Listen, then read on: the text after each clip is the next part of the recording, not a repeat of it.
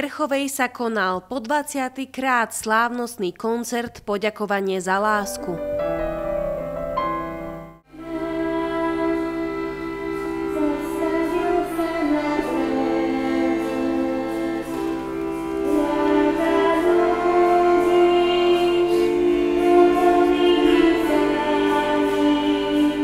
Tu v Terchovej je taký zvyk, už taká tradícia, že v túto nedeľu býva veľkonočný koncert. Tak aj v dnešnú nedeľu tu vystupovali hudobníci, starší aj mladší z Terchovej.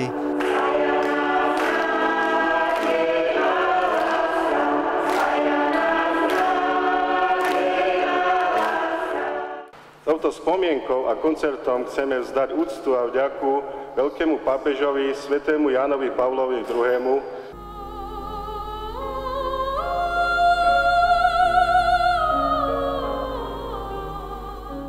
V deň koncertu bola otvorená aj výstava s názvom Ján Pavol II a Slovensko. Do kostola prišiel aj veľvyslanec Poľskej republiky.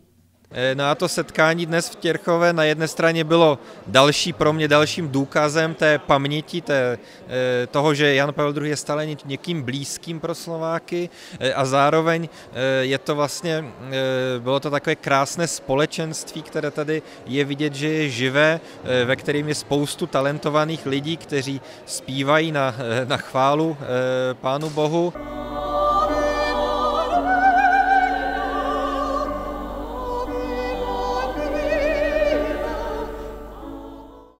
Výstava Ján Pavol II a Slovensko mapuje vzťah svätého Otca a Slovenska nielen po 89., kedy Slovensko navštívil 3-krát, ale už aj v období, kedy spolupracoval s kardinálom Tomkom, s exilovými katolíckymi duchovnými, ale aj so Slovákmi v zahraničí.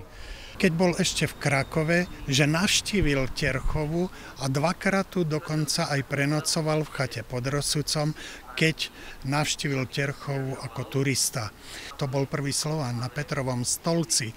Je známe aj to, že povyšil svätého Cyrila a Metoda za spolupatronov Európy a náš kostol je najväčším chrámom na území Slovenska, ktorého patronmi sú svätý Cyril a Metod.